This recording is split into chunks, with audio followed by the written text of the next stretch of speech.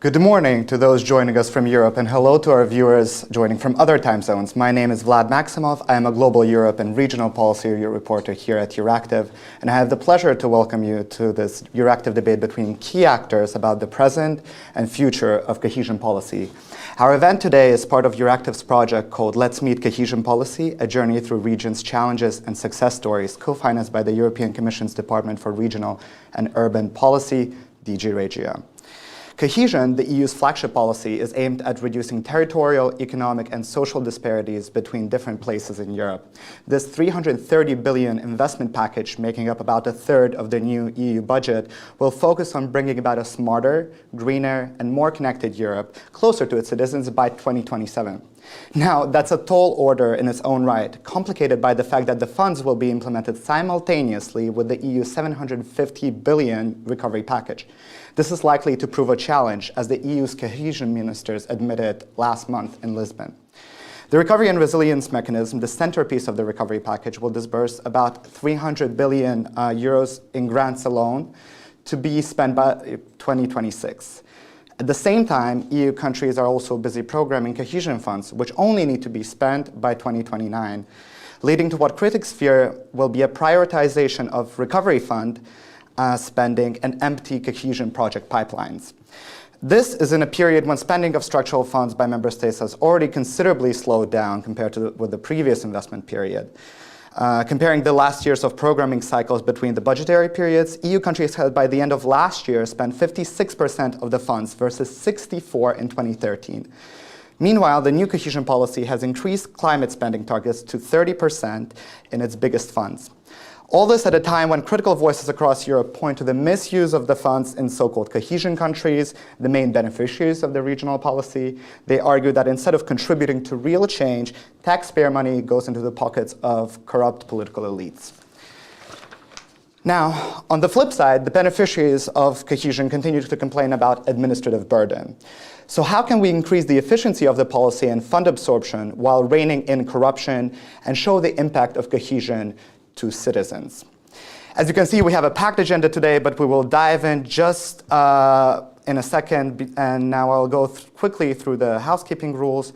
You can write your questions in the Q&A section at the bottom of the chat box on your right, which should appear right about now. When sending your questions, please identify yourself, keep your questions short and concise, and indicate to which panelists you're addressing the question. We also encourage tweeting, of course, so join the online discussion on Twitter using the hashtag #EADebates. So without further ado, let me introduce our speakers, who will give their short opening statements before we'll turn to our panel discussion. With us today, we have Norman Poppins, Deputy Director General for Implementation at the European Commission's DG Regio, MEP Corina Crețu, member of the European Parliament's Committee on Regional Development and former European Commissioner for Regional Policy, Claire Roumet, the Director of Energy Cities at the European Association of Local Authorities in Energy Transition, Stefan Ka, Senior Knowledge Exchange and Research Fellow at the European Policies Research Center, which is a European research institute in comparative studies of regional development policies. And last but certainly not least, Claudio Truzzi, coordinator of ICT.Brussels, a project co-funded by the European Regional Development Fund, which aims to bring together researchers and industry to strengthen tech innovation in the Belgian capital. As you can see, we have a wide range of panelists with a wealth of experience and expertise. So I'm sure that this will be a very interesting discussion today. And I will now turn to each of our panelists for a short opening remark before diving headfirst into today's discussion. Norman, the floor is yours. Thank you, Vlad, and I'm very happy to be part of this panel debate. Very happy to see my ex-boss or ex-commissioner Crețu. And honestly, what you say is true. I mean, cohesion policy is a very important policy, and it's a very important also EU instrument to achieve the goals that we set up at the EU level. If you look at the history of our policy, I think today we can say that this policy is a modern EU policy. It still keeps channeling investment from EU budget to all places in Europe, and we can say that everyone in Europe has a chance to benefit from the cohesion policy funding, all member states, all regions, all territories. It differentiates between the different level of development of different regions, so the less developed regions receive more funding and so on. And it also focuses on the fields of interventions where there is a value added. So we have streamlined our policy to make sure that we help everyone in Europe to be part of the EU level goals and deals, particularly, of course, I'm talking about the EU green and digital transition. And it's not because we say so, it's because it's a real necessity. It's necessary to make sure that nobody is left behind into this absolutely necessary green and digital transition, which we all have to go through. I don't think we really have a choice on that. So we are working now with all the regions, with all the member states and everyone to set up a new period of cohesion policy programs. We have shown that our policy can respond very quickly to different crisis situations, and Corona crisis is a case where I think we can show that we were able to reprogram, to reshift the funding to the needs which were urgent, to deblock to deal with the crisis effects and regain the path of economic development. And I think in that context, our policy will stay and will remain one of the key investment policies of EU, with, of course, what you say, the further work on simplification, which we started with our Commissioner Corina Crețu. Our Commissioner Ferreira is absolutely committed to look further into the simplification of our policy. We have good regulatory framework, and we will keep working with all of you. The partnership for us is key, and this is why I'm very happy to be part of today's debate. Thanks a lot. Thank you, Normans. Corina Crețu, Corina, if I may, the floor is yours. How do you see Normans' comments? First of all, I think it's a very important event today because we are talking about cohesion policy. And as you know, being Commissioner for Regional Policy, I've seen how this cohesion policy is changing the life for the better of the millions of people. I saw that all the regions are integrated. For instance, if you invest in a poor region in Bulgaria, they are beneficial in economy everywhere in Europe, being in Denmark or Germany or Italy or any other member states and vice versa. So I really think that cohesion policy, it's very essence of European solidarity. Unfortunately, in the last period, we are not talking so much about this with this coronavirus. As you said in the beginning, member states, they have three challenges ahead. First of all, to close in a very good condition 2014-2020 programming period, which are very much delayed. They still could spend money until 2023, and to end the negotiation for 2021-2027, which negotiations which are also delayed. The European Parliament, I am on the side of European Parliament now, will vote on the 23rd of June the package and the budget for cohesion policy for all the countries, and at the end of June will be in the European Journal. So in officially, all the member states could start spending this money for the 1st of July, but in reality, it's no member states that ended operational programs, as far as I know myself. Maybe I'm not well informed, but it will be a big delay also in implementing 2021-2027. And in parallel, as you said, simultaneous, all the countries are waiting now for how the European Commission will assess the resilience and recovery plan, which is very important. So we are in a way, how to say, in a luxury situation, having a lot of amounts of money, but not project pipelines according with the needs of the people. And I think we as Europeans and all the countries should not miss this unique chance they have now to develop, to make reforms, and to improve the life of the people. Thank you so much. Now moving on to Claire, how do you see that? How do you see the present and the near future of cohesion policy? God, I would like to know that, and actually, I'm not sure I have the answer to the next future. But first, what I want to say is that indeed, really,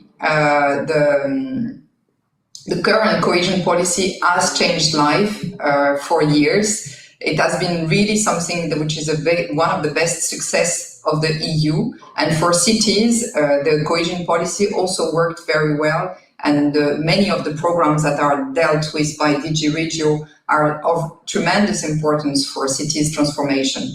So I think this is something that it has been a success, but it's true that now we have a complete new setting.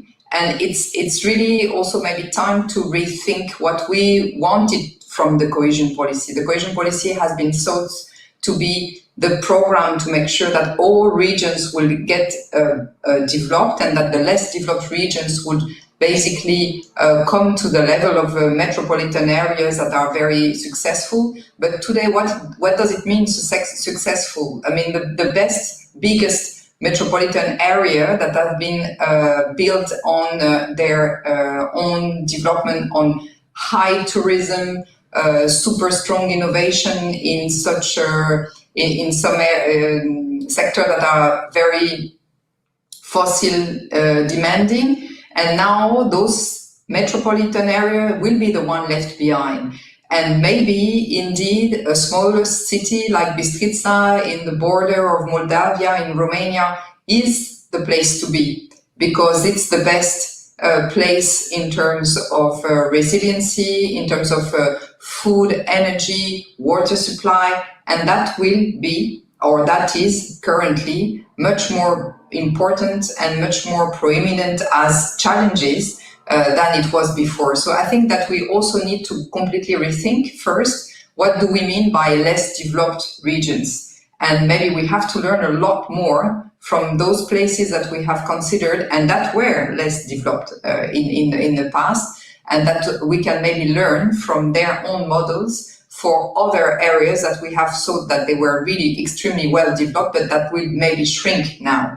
We see a complete reshuffling of the population, of the priorities, that I think we have really, we are only at the very beginning of big changes in terms of spatial and regional development. So that will need to be reflected. Now, the main message we wanted to put is that there is a lot of potential in the recovery fund. There is a lot of potential in the cohesion policy. And unfortunately, there is never time to think.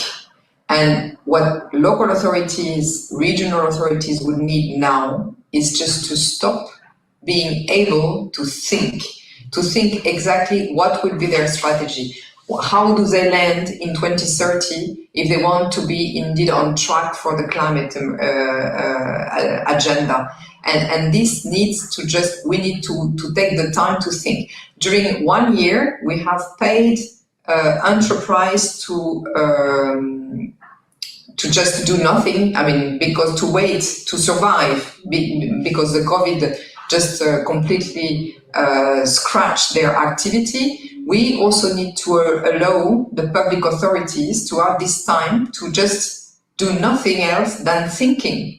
And otherwise, we will not we will never have good plans. And I think that is exactly what we need.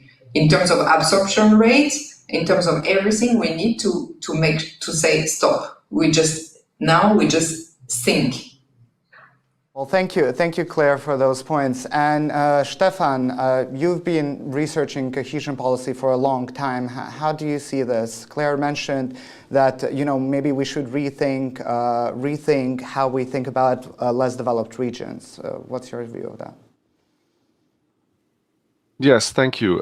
I think what I wanted to say now has changed after I heard to listen to your statements. And I think, Vlad, you already mentioned so many things that I wanted to say. Now that's all gone. But I think I'd like to follow up on what Claire said about how to measure development. And I think that's a very important issue. And I think that's something we've been looking into, and we've been trying to come up with different concepts, but it's very difficult.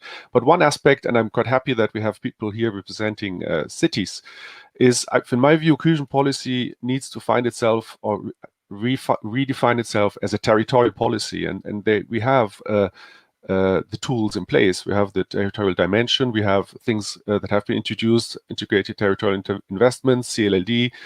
So there's the opportunity to make use of these tools. And I think this is something very useful in terms of this multi-level governance aspect of cohesion policy that I think should be emphasized. And it increases the visibility to the citizens, because in the end, cohesion policy is there for the citizens of Europe.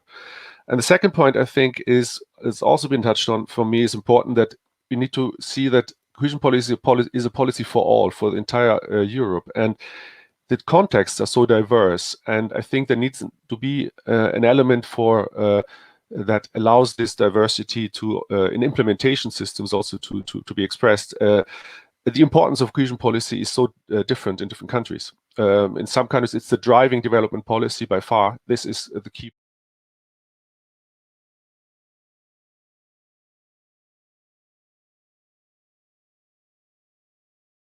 Thank you, Stefan. And now, Claudio, for your opening statement. Sure, thanks, Vlad, for inviting me. And I think the value I can bring here is really a bottom-up information to the strategy. As you said, I've been running the project iCity.Brussels for 5 years now.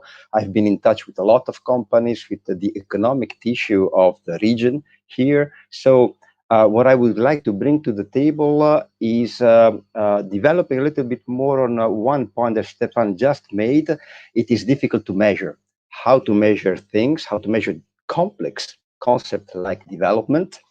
And what I wanted to say and to add is that it is important how we measure things, because people tend to change their behavior according to the way they are measured. So if you develop indicators that only measure how active I am, I will make sure that I will be very active and report very strong KPI to you. But how does that relate to the actual outcome? How does that relate to the actual impact of what the project is supposed to do? We don't know. We cannot measure. So the point I'm going to make is we should treat KPIs, indicators, and measurement at large in a professional way, as a specific science. We really have to stop and think, like Claire's point was made, on how exactly we measure things. And second, we should probably stop trying to measure every single second of activity of the people. So these are the 2 points that I wanted to make, and maybe I can expand a little bit further on during the discussion. Thank you very much. Thank you, Claudio. And I think that really set up a wide range of topics to be discussed today, so let's dive in. Normand, I'll turn to you first to set the scene a little bit for our discussion, to give a kind of overall picture where cohesion policy is at the moment. The agreement on the EU's long-term budget came very late this time, pushing back the adoption of the cohesion package as well. Is this going to delay cohesion projects? Is this a problem? Well, thank you. I loved what Claire said, actually. We need to think a little bit. And I don't think it's at all a problem if we are slightly delayed on setting up the new programming period, because for the moment, like all of you say, we are in a survival mode. We have just reprogrammed the 23 billion out under the 1420 period, and we are completing the reprogramming of the REACT-EU instrument, which is part of a next generation EU, but based on the current cohesion policy programs.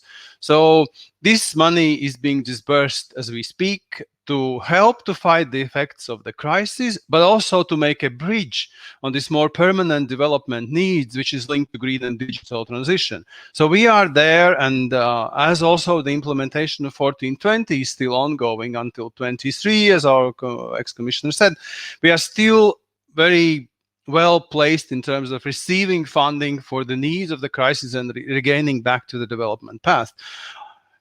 It's true that RRF is coming in, and that is again another important fund which will contribute to the exit from the crisis and going back to the development path for the next 2-3 years. So there, I think we are looking at our programs as a more long-term instrument which will stay there for another 7 years. So really, we are discussing with our counterparts in member states and regions this green and digital transition, investment into the social integration, into different needs of education, healthcare, labor market, SMEs, research, innovation, also transport and environment in a longer term. And this is, I think, what is very important. This is why taking a little bit of time this year, for me, it's completely justified and actually very good, because we will arrive at the quality programs which will stay there and continue the work that we are doing with React EU and also with RRF to be there for the years to come, with N+3 even longer. It is very important to say, I think, for me, that we are there, and one of the speakers just said, you need to bring back more territorial. We are trying to redefine our policy, and in a new period, we did a simplification. We merged 11 thematic objectives into 5 policy objectives, but in fact, we merged 11 into 4, and the 5th is a new one. We are bringing back the territorial policy objective, which means that we can channel investment through the territorial strategies and prioritize accordingly, according to the needs of a real territories, be it urban, rural, and we can do it as long as you respect the principles of functional cooperation, area and bottom-up approaches, and you have the minimum requirements met. But we thematic windows, which is energy, environment, transport, SMEs, research and innovation, where again we can use the territorial instruments. My last point is on urban. It's true, we work a lot with urban areas, but you know that in Europe there were 2 metropolitan areas in the global understanding, London and Paris. London left, so the rest are small cities. I exaggerate, of course. What we try to achieve is, particularly, you will see that through the new vision for the long-term vision for rural areas. We are finally trying to break this ice, rural versus urban. It has to stop. We need to see urban and rural areas in conjunction, in cooperation. They form functional areas within the European Union. And we have to finally invest under this concept of functional area. And that, I think, is the only way forward. And this is what we have been working on and again proposing through different programs under the cohesion policy. It's very well received by everyone. It's very well understood, but it's a challenge to put it in place, because you do need all actors, all stakeholders, all levels of governance working hand in hand. And I don't think it's something that RRF can attempt at doing. This is our strength, that we are there and we can actually do it. Thank you. Those are very yes, apologies. But I think you are making a very important point, that we are in a historical moment and we need to think long and hard where we go next. Karina, even as you said, you've switched teams a little bit. As a European lawmaker, you have been closely involved in the cohesion's response to the coronavirus pandemic. Norman said, that the response has been good, and now it's really time to think about longer term things. How do you see this? Do you think that the response was fast and effective enough? And how does this affect the current thinking about cohesion policy? Of course, of the beginning, we all criticize that the European Commission was a bit slow, but I think with this recovery plan, it's a very important signal of European solidarity, and having both recovery and cohesion funds, it's a big responsibility for the member states and for the Commission. What I am afraid is that many European countries have put cohesion funds on hold until they know whether the recovery plan will be accepted by the European Commission. And as you said here, and Norman said, and you said, I think it's a matter of priorities and finding complementarity, because you know very well the voices that regarding bottlenecks and double funding, it's a real concern. But the two are mixed, and to give you an example, if cohesion policy it's it's building on one job. The recovery resilience plan should make these jobs resilient. And moreover, when cohesion policy are connected, oriented towards the less developed regions, the recovery plan is oriented towards sectors where most had been most affected by the COVID crisis. And about urban, you know very well that as Commissioner for Regional Policy, I was a big fan of giving more money to the local authorities. I think they know best where, how to invest. There are still a lot of reluctance from the member states to give money directly to the local authorities, especially in the very centralized countries. Until now, there is 10% minimum that member states should give to the cities. I really think that it's a very important issue, and it is very clear that member states should strengthen their administrative capacity. But I think we have here a lot of maturity, because if you think about European Union, the youngest member of European Union, Croatia, has still 8 years of experience. Romania, Bulgaria, 10, 11 years. So I really think that we have to use much more communication between member states and use good practices to prove that have been proved to be very useful for the countries. It's a real challenges. There are real challenges with 2014, 2020, 2021, 2027, and in the same time having 5 years for recovery and all the benchmarks that we have in this recovery plans. But I think, as you said, that not countries and regions should lose this chance. In terms of regional, less developed regions, of course, we need to reanalyze all the 300 European regions, but I am very much afraid that sometimes member states do not invest properly in the less developed regions. It's a lot of politics in this.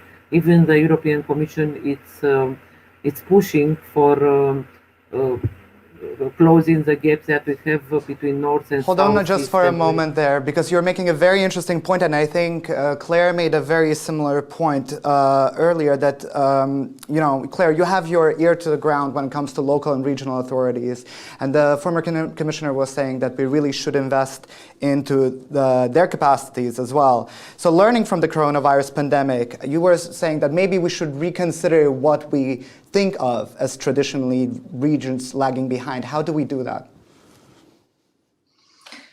Well, I think we need to launch a wide conversation, because we cannot leave that conversation to national member states. That's for sure. That's what what we have seen everywhere. So first, to come back on Corina's point, I think what I don't want to say is that there is no more less developed regions, because there is really less developed regions that really needs help still. I mean, and it's extremely important that we do invest on those regions. But in terms of what does it mean less developed, and what kind of actually new indicators or new model that we want to put forward and to invest in, what is very important is that we have a wide conversation about that. Because today it was clear that indeed a city that is thriving is a city where there is a lot of green areas, where you can have I think we don't manage to really envisage what would be the real challenge of the future. In the energy sector where we are, some engineers, they tell us that indeed it is quite possible to start be like in California, with a big cutoff in big cities and in big countries, such as in the middle of summer. It's not always true that, or it's not sure that in Lyon, in France, we can provide as much as electricity as is needed for all the air conditioning that will be needed. Because today in Lyon, for example, there is more need of electricity during the summer than during the winter because of the heat waves. And in France, the nuclear power plant cannot provide the energy that is needed during those heat waves because there is not enough water in the river to cool down the plant. So this is one example, for example, of what we don't encompass yet into our indicators. We don't look at all those vulnerability points that we need to really work, these are really rethinking the local wells. What I would like to say in addition to that is, what is local wealth, and to understand what is local wealth, it's conversation that needs to be held on each territory. And that cannot be defined globally or at European level. But what we have seen with the recovery plan is we are very, very concerned with the recovery plan, because so far, when we have analyzed them through the scanning of local and green challenges, it looks like what is financed it looks like member states are renationalized completely the EU policy. So I was very proud of the fact that indeed the EU managed, and the Commission really did an amazing job to just manage to find a solution and to propose recovery funding with such a speed, and to react so positively to the COVID crisis. But member states have basically hijacked that beautiful potential new European project by putting it completely into their hand. And now the recovery plans looks like my daughter, when she was 6 years old, when she got money, she was spending everything on a day, like whatsoever, or on things that she would never need. Now she's been a little bit grown up and she do spend much better. I think that you're making an extremely important point that chimes well with what Stefan was saying in his introduction, that, with the recovery money, it seems like we are nationalizing European spending. And Stefan, you've been raising concern about the fact that regional policy seems to be losing the regions out of it. And this is happening with this new influx of money. So how, and you've also studied, I know, the synergies between cohesion policy and other EU investment areas like research and innovation and agriculture. And you know that synergies do not easily develop automatically. So how do we make these things work together, really? Yeah, I mean, there's two aspects of this. One is, as you said, the territorial dimension, or the territorial character of cohesion policy, and then the synergies. But I would like to focus on the territorial things, because I think that there were a few interesting points raised by the other speakers. The cohesion policy as a territorial policy has lost this territorial element over the successive program periods, in my view. I mean, we all remember these maps with the micro-targeting, where it was very tricky because one municipality was eligible for some sort of funding and the next one wasn't. And it was all simplified, and there was a good motivation for this, and it made sense. But now we're in a situation where, other than the less developed, transition, and more developed categories, every member state can pretty much put the money wherever they want to. So this is a relatively limited, compulsory territorial dimension to this. There is the urban dimension, which is increasingly being supported, going up from 5% for urban areas now to 8%, but there's no equivalent for rural areas. And what we did about a year ago, which was quite interesting, is to look at how much money does actually go into rural areas in a study for the EP actually, and then we found some figures, but it was I think you need to look behind those figures, because when we then looked at what was actually invested in rural areas, looked at the intervention codes, then you saw infrastructure, and you saw transport infrastructure. And if you then look at a lot of this funding, which we didn't then do in detail because this wasn't part of the study, but then you wonder how much of this investment in rural areas is really a high-speed rail connecting two agglomerations, or a motorway. So I think this is something that you can, on the one hand, say, yes, it's a territorial policy, and also we invest in all kinds of territories, but how much is really reaching those areas, and the less developed areas, which are mostly non-urban areas, and we discussed about this, but always from a city perspective, how do we reach these?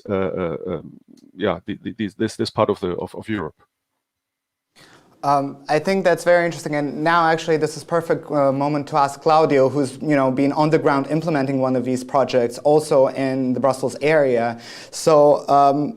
Also, speaking from your own experience, how do you see the impact the pandemic has had on cohesion policy, and how do we facilitate innovation in this sort of new reality that we're living while, as Stefan has been saying, there are concerns that we're losing the territorial dimension altogether? Yeah, thank you. Yes, very, very interesting point, and also a lot of food for thoughts from the previous speakers. So thanks for that. Yeah, there are two elements in there. The pandemic has disrupted everything. Innovation, development is a very difficult task. Is a very difficult activity. I think Stefan was indicating how difficult it is to define a measurement for development. So basically, I don't say that everything stopped, because that's not real, but everything was put down to the minimum common denominator possible in order to survive. And that's why, by the way, there have been possibility to extend spending, to extend activities as long as they are justified. So there has been a big tsunami impact on everything. Now, we are recovering back to a new normality. We are not getting back to the older normal. It's a new normal. And this new normal requires, to me, two things.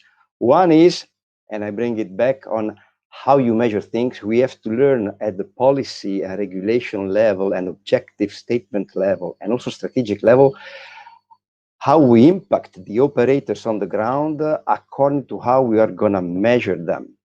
And that's one thing. We are using very simple measurement. It's activity measurement, how many companies have been collaborating with you. We are using performance measurement, how many have you reached the objectives? Yes, of course, maybe my objectives were very low to start with, so I have reached the objective. I made sure to reach the objectives, otherwise I don't get the money. But how about more complicated measurements, like are you doing better than last year? How are you going to do better next year?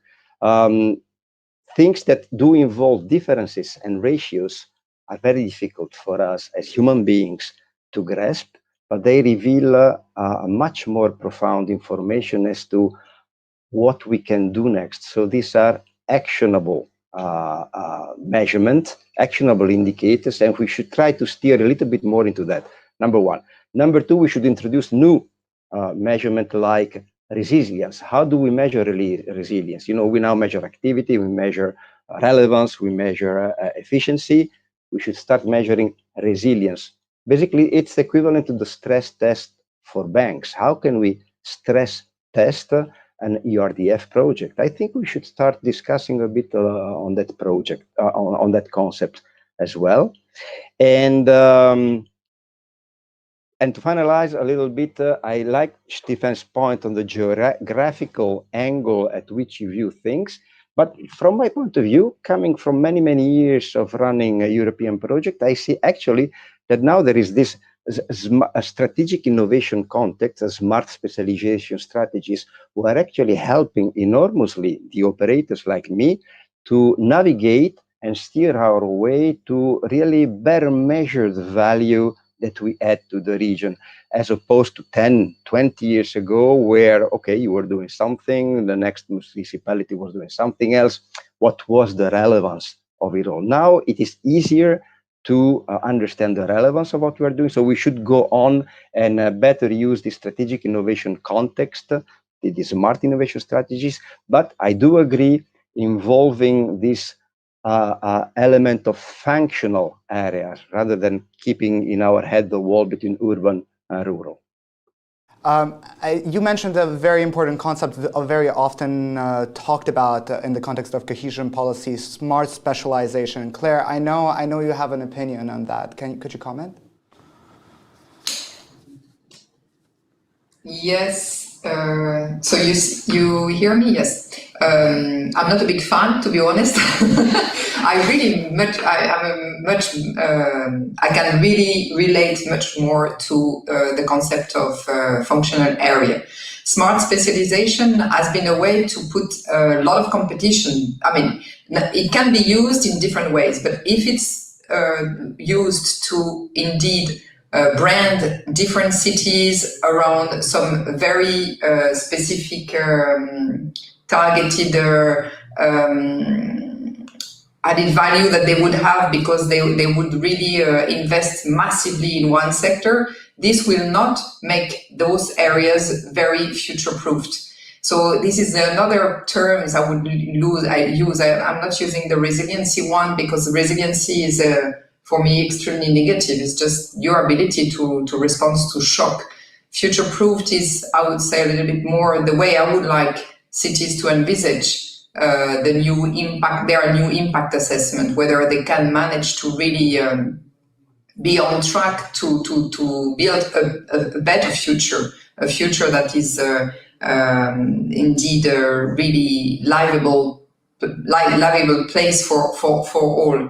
In terms of spatialization, what we have seen is that the cities that have been really trying to attract some businesses in some area now might be the ones that are struggling the most because they need to be able to provide all services, all goods, and it's much more now the new normal impose on every regions to be able to provide the minimum resources and to answer all needs for all. We have seen that we were having a big difficulties of supplying basic goods like the mask during the crisis. So this is also a result of what we could call smart specialization. So smart specialization can be different things, and it's very important to be to agree on what it can be, because it's true that it's good to work on complementarities between the different regions,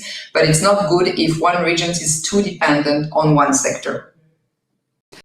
I think that's a very important point. Stefan, one of your research areas has been community-led local development. Do you think giving more power back to authorities can resolve this conundrum of specialization versus being able to provide the bare minimum in a crisis situation like the pandemic? I was just preparing answers directly to Claire and Claudio, but CLLD is obviously a little bit my pet project, and I find this is an interesting concept because it's a bit of a niche thing, but I think it brings some interesting lessons, and people tend still to view this community-led local development framework as leader. So this is the rural development tool for some little small projects in rural areas where they develop a brand for some cheese or something. That's really nice. Let's do them that. But I think it has become relevant now much more in Europe because of this. Now that is implemented, or it's possible to implement in urban areas, and I think there are some interesting lessons because so far, and this closes a gap. Particularly in Eastern Europe or in countries where there isn't yet any domestic structure for community-led approaches in urban development, and I think that there it has particularly great benefits. But I don't think it can be a solution for everything. It has its place, but it remains, I think, dependent on the specific context where you implement it in.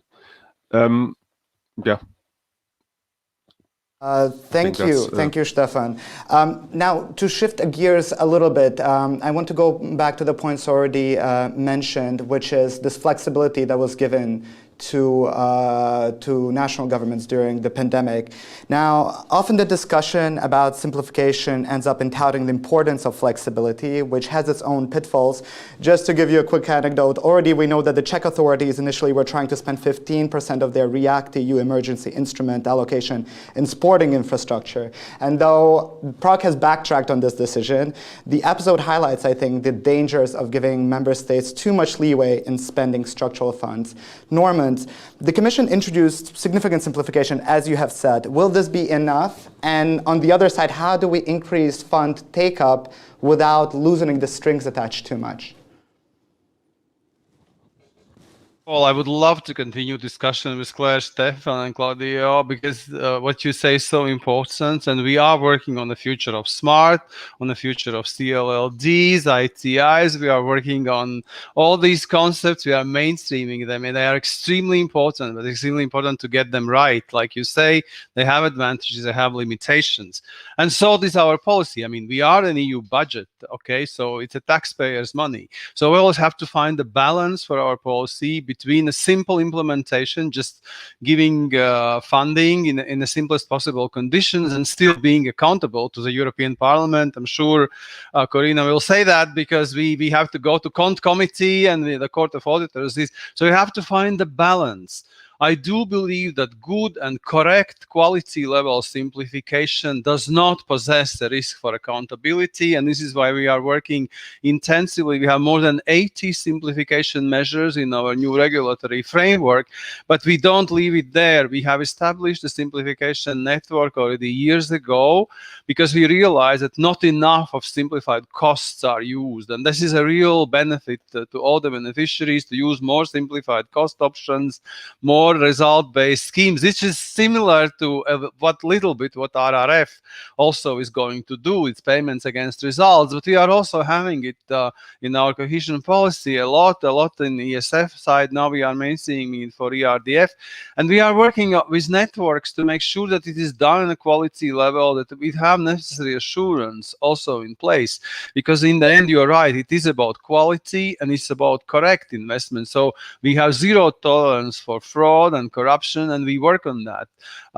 We have control systems, which also RRF will rely, by the way, a lot on our management and control systems.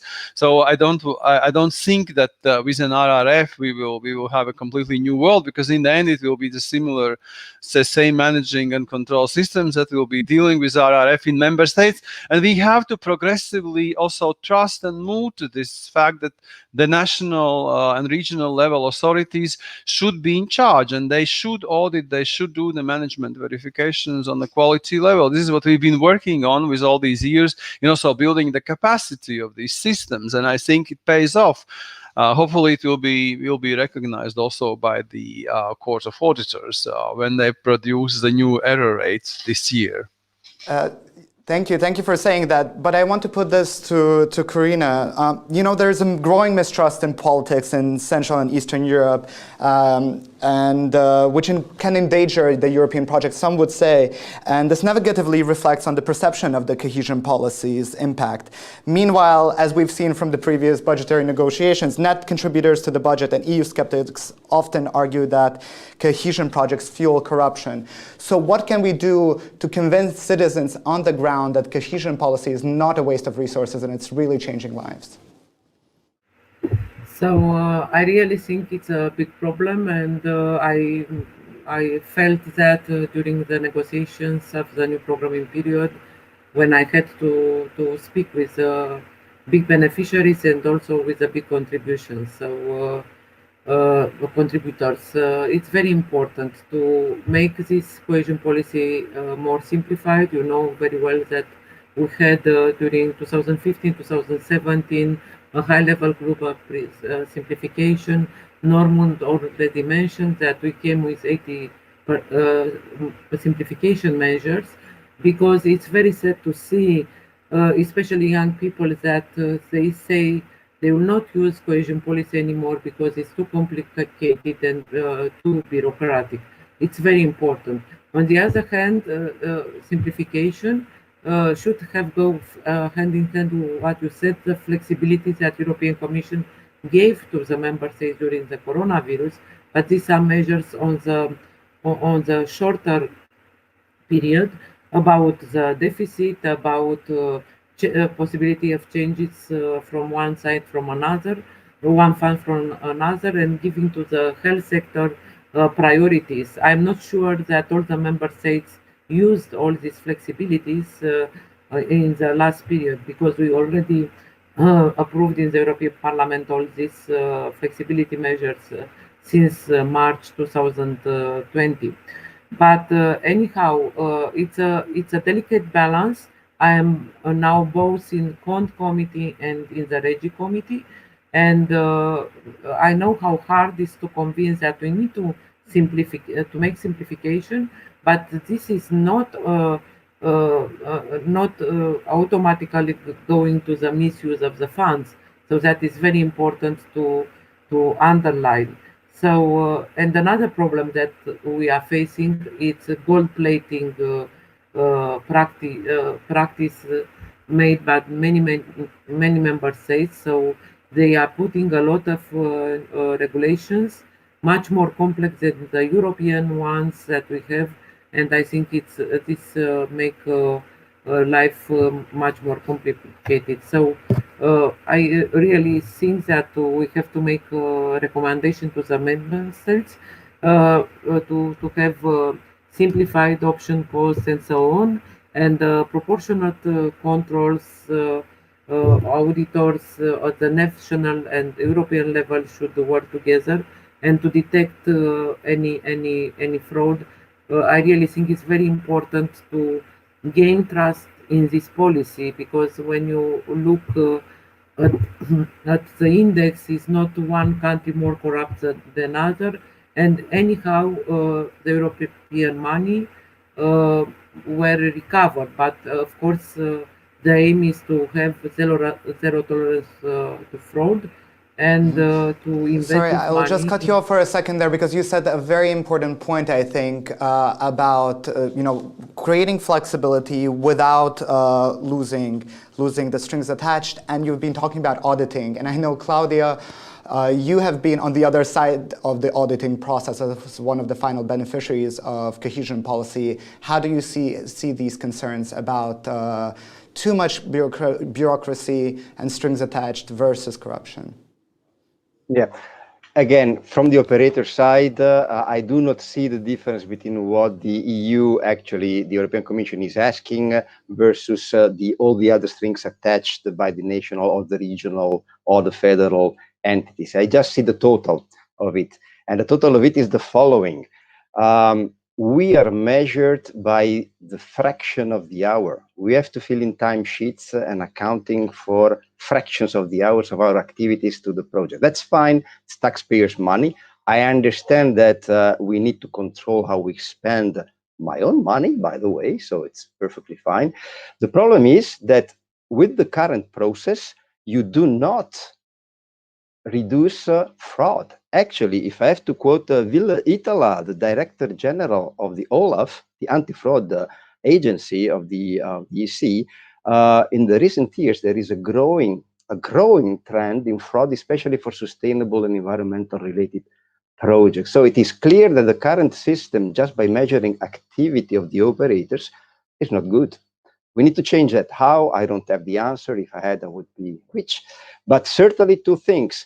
We should probably stop forcing operators into a fixed mode for 7 years. It's called a waterfall approach. You know 7 years beforehand what you are going to do in 2029.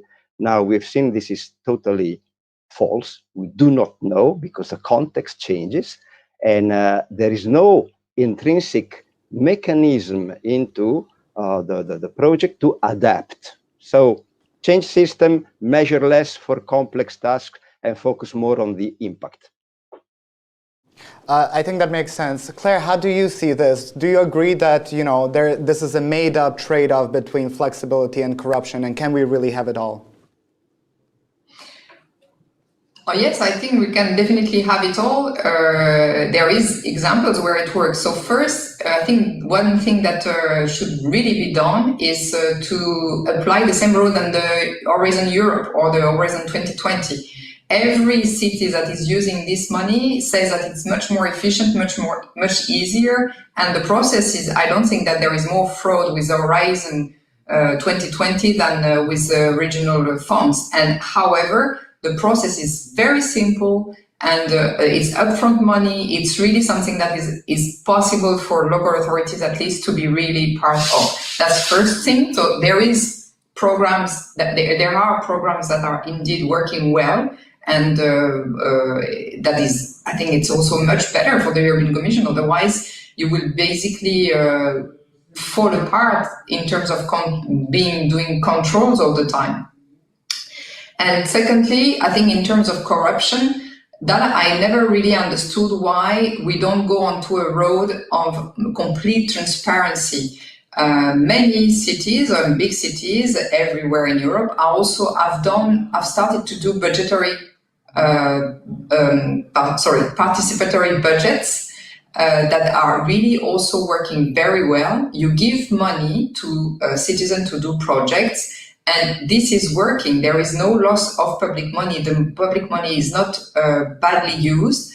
Projects are chosen by citizens' jury, so it completely increases the transparency, and there is really ways to make sure that it is all visible. If you make it all visible, the corruption is much more complicated. Today, it's still a black box, and because it's a black box, then you cannot really prevent any kind of corruptions, especially because we can see that there is a complete infinite creativity that is possible with VAT. I mean, you can do it whatsoever. However, if you completely open and there is no more black box, I think it's much more complicated. Stefan, how do you see that? You've been looking at local communities. Is participatory budgets and complete transparency a good way forward? Back to the simplification point first, sorry. Absolutely. Yeah, because simplification is an interesting, it's a buzzword, and all simplification is great. I think what we hardly ever look at is simplification for whom. So, and I feel that we're talking, there's the European level, and then there's the beneficiary level, and then there's everything in between. And while it might then become much more simpler for the beneficiary and on the ground, and simpler for the Commission to deal with things, it's maybe the levels in between that tend to have more problems from any measures that have been introduced. And a few years ago we wrote a paper, and we called it "Is Simplification Simply a Fiction?" So it was a bit of a pun, or trying to play with words, but because I think what we found is that more often than not, managing authorities or program managers look at would like stability rather than simplification. It's the continuous change that frustrates them.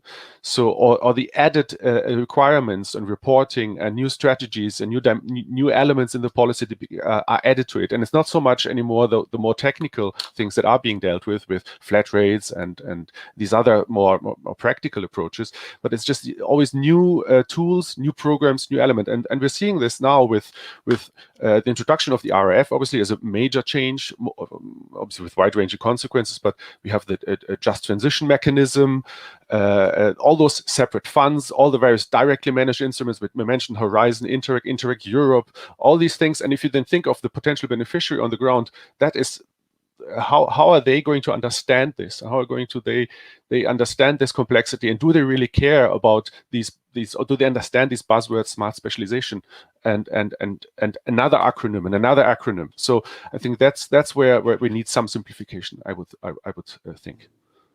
I think you've also mentioned a very important thing, that there are so many new instruments available, and some of them come in different forms and with different conditions, and all of this people fear may bring more paperwork. Now, one of these new instruments is the Just Transition Fund that is supposed to help coal regions transition.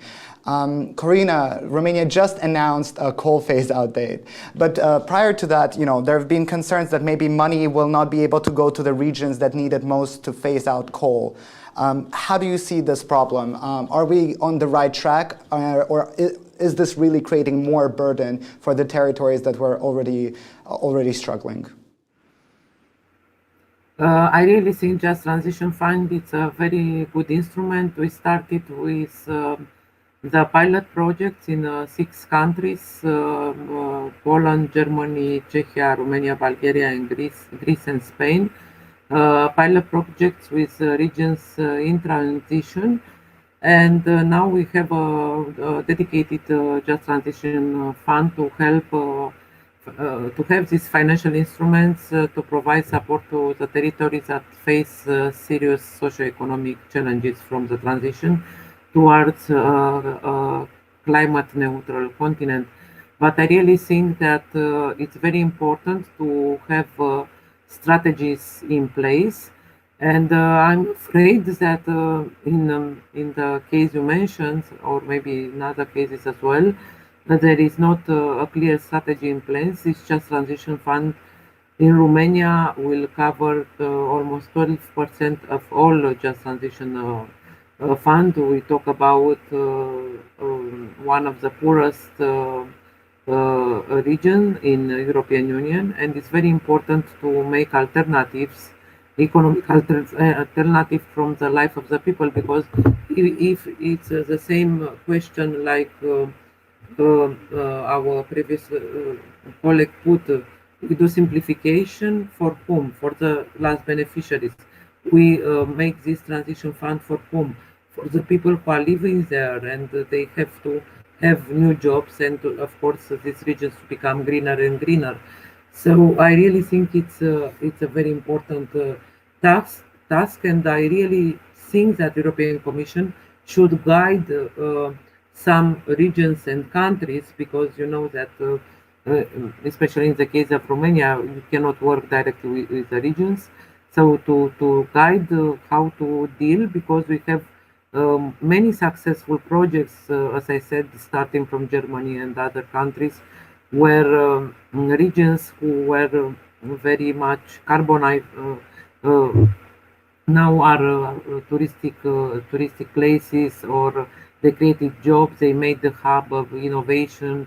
So there are so many ideas that sometimes are missing in some member states. So I think it's really important to put in place really the exchange of good practices between member states, especially when it comes with these regions in transition.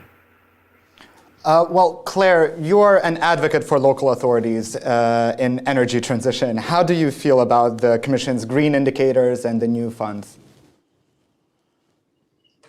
Well, I think that they are not transformative enough. It's like, but I don't have the answer on that one. That's why also, I took the easy road of saying that indeed we should have those conversations everywhere to define what is local wealth. But for the moment, I think the indicators are much more, are still too sectoral. But it's not, I cannot say it's a fault of anybody. It's just like we are in a moving mode, and we need now to have other kind of indicators that are able to be looking at the transformation.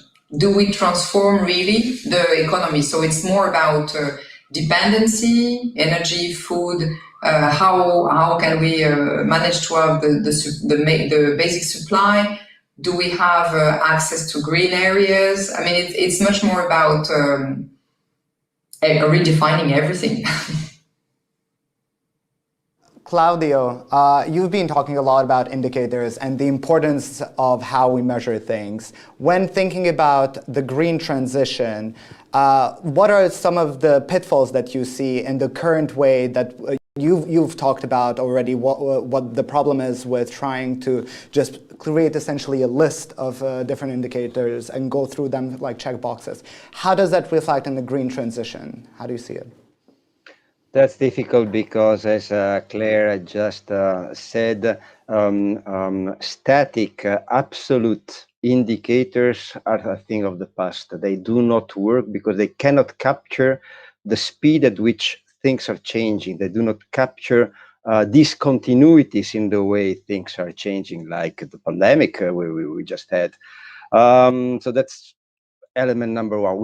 I fully agree 100% with Claire's point. We need a new class of indicators, and we need to form the policymakers, to make training to the policymakers to understand why we need and how to define new class of indicators. It's not just a technical thing. Second, on the green aspect, there is still, according to me, a lot of confusion. I am a digital transformation expert, and I see that sometimes digital and green are either seen as two faces of the same coin, which is something I believe, or seen as opposed. And it all depends on how you consider this digital transformation. Do you take into account how much energy the current data centers are using, how much energy Bitcoin or artificial intelligence algorithms require to be trained today? And then you may, or electric cars, they are consuming a lot of, they have a huge carbon footprint in their entire life cycle. But if you take that and you project as is into the future, you think that then everything digital, this digital transformation is not green. Whereas you should consider this photogram of the present and make estimations on how better we will become in consuming less and less energy, in reducing more and more the footprint of developing digital. And then digital will be one of the major allies for the green transformation. So really, we should stop considering one against the other. They are two big important instruments and tools that we have.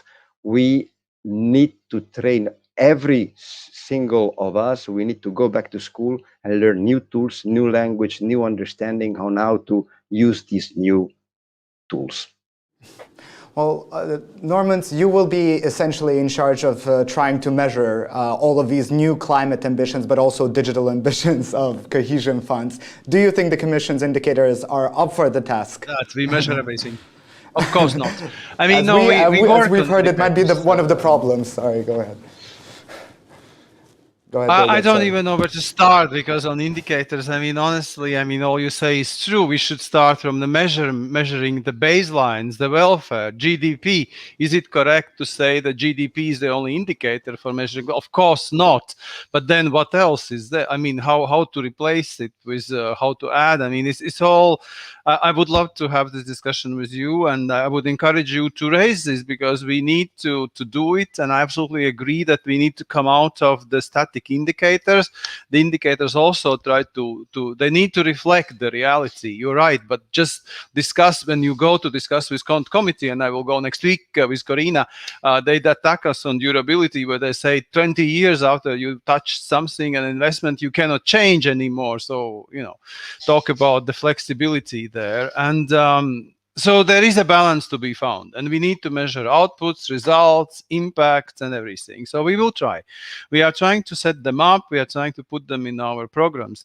I'm glad you mentioned Just Transition Fund. This is a small fund, but it's very important. And for our Commissioner Ferreira, it is the most important fund, and for us as well, because I think it genuinely tries to bring in that local aspect and have a hands-on approach on helping a very concrete, maybe small territory to go through this transition, which is there.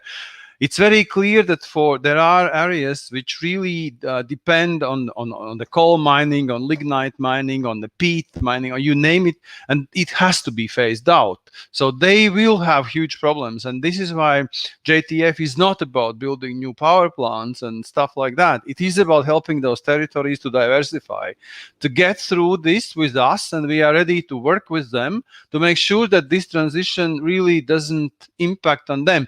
Again, whether we have recipes for these territories, I don't know. We will see. We are working with consultants, with DG Reform, to make sure. But it's good that the basic condition for this fund is territorial just transition plan. And we are working on those plans to make them territorial, to have them recipes, to guide us through this investment. And then the just transition fund, and also the mechanism in a broader sense, I hope we'll achieve what it is meant to be, because this is, for once, we have the big policy objective, Green Deal, is accompanied by something which is territorially sensitive and which aims at leaving no one behind in reality. So I really believe in that fund. We are working hard with all the actors. You've mentioned technical assistance of trying to help guide territories through in the implementation of Just Transition Fund. I wanted to ask Claire about this. We've learned from the previous big financial crisis that one of the big things that national authorities tended to do to tighten their national budgets is to essentially cut local capacity. And we are actually starting to see something very similar happen now in some countries in Europe, in Hungary, for instance, in particular, where there is less money for local authorities. How do you see this? How can we strengthen capacity of local authorities? And what are some of the dangers and lessons learned from the previous financial crisis?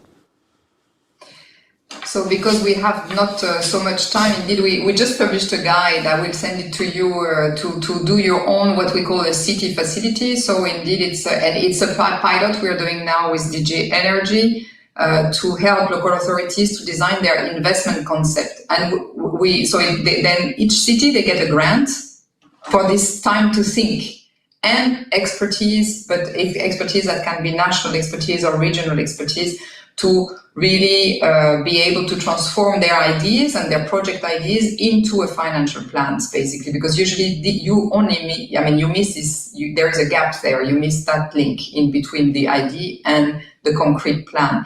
What we have seen, because we have launched different calls already, is that indeed it's every kind of cities who are answering the call and asking for this grant to have the time to think.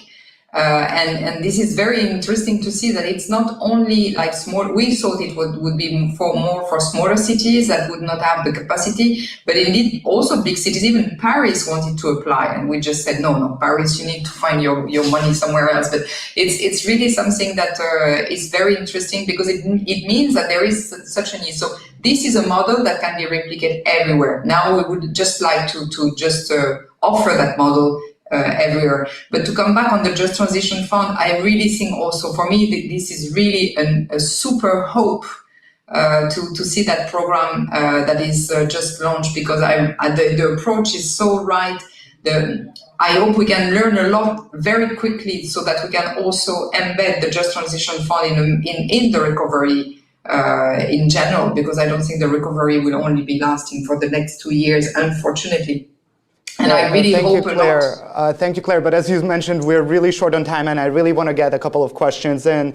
So one question is coming from Marine Gaudron, the Council of European Municipalities and Regions. She didn't mention who she's posing the question to, but Stefan, I think this is a good one for you. She says that with the precedent of the RRF and the general tendency of re-centralizing EU policies, how can we reposition the cohesion policy at a local and regional level so it can be the closest to its citizens? I think that's a very good question. Yeah, I have no answer. That's a question. If you know that, then I mean, that maybe the Just Transition Fund is a good example. It's a different thing, but I think it shows maybe a trend, hopefully, that we're going back to territorial interventions. Here you have a clear territorial focus, and that's something I think we can hopefully learn from, and hopefully this will be something that will be working. But coming back to that, just briefly on the JTF, I think while it is a useful initiative, I was wondering whether it was useful to extend it to every member state in a way. Of course, there's political pressure to do so, but it loses focus. And in some countries, that at least what we've heard from the member states, it will be tricky to implement it there where there are already absorption issues of funding. And suddenly there's a big pot, relatively concentrated in a small area, and that might create some problems that might not be intended. But generally, I think JTF or something that has a territorial dimension could be one of those. And I've been in touch with Marine before per email, and we'll probably get back more in detail and discuss this bilaterally. Well, hopefully we'll hear the outcomes of those discussions as well. Well, sadly, we're almost out of time. Just to conclude, I'll just turn to each of our panelists again to hear their closing remarks reflecting what has been discussed today. Very shortly, 20 seconds each. Normans, go ahead. I think everything we discussed today shows that the cohesion policy is the main investment policy in EU, and we have future. I think in our DNA, it is about cooperation, it's about working together, finding solutions, and funding the right priorities, and bridging this thematic policy goals with the territorial aspect. And this is what I think is our strength, and we should work on that and simplify and improve. Thank you. Thank you, Normans. Karina? 20 seconds. Thank you very much. The previous question you had from the audience is about how to make cohesion policy much more closer to the citizens. And I think this is the aim of cohesion policy. And also communication is a key. When I became commissioner, I was shocked to see that 80% of the European population that do not know when they go in the hospital or in a school that was done with European Union money. And now, much more than ever, we should understand that the cohesion policy is not only useful, but it's essential for our existence of the European Union. When the cohesion policy is not heard, the European Union is not. Thank you. Thank you, Corina. Claudio, what do you think? That we are on a digital economy, digital world, that the European Commission is generating a lot of tools to cope with that, Digital Market Act, Digital Service Act, and all that part. So we need to focus on the single most important element of the value chain, people. We need to upskill people. We need all of us to get more acquainted and stop consuming social media, stop consuming the web, and start using it for a better good. Thank you, Claudio. Claire? So maybe one thing on impact and impact assessment, maybe one tool that should be developed and one road to go in terms to change all the indicator debate would be to go more into a climate footprint or climate budgeting. I think this is a way that you really embed much more into the public spending this idea that you need to look at biodiversity and the carbon impact. And the last word would be really lifelong cohesion policy. that is very. Those are good last words, but the last words are actually going to go to Stefan. Your turn. That's some pressure. I think we should look at the term cohesion policy and where it comes from, and the term cohesion. And I think we should maybe move again towards a policy that is a territorial policy and not a sectoral policy or set of sectoral policies implemented in a territorial way. Thank you. And sadly, that brings our event to a close. I want to thank all speakers today for this dynamic discussion, and of course to all of you who tuned in today. Just a reminder that you can find this event on Euractiv's YouTube channel as well. That's all from us. I'm Vlad Maximov, and thank you for watching, and have a wonderful Tuesday.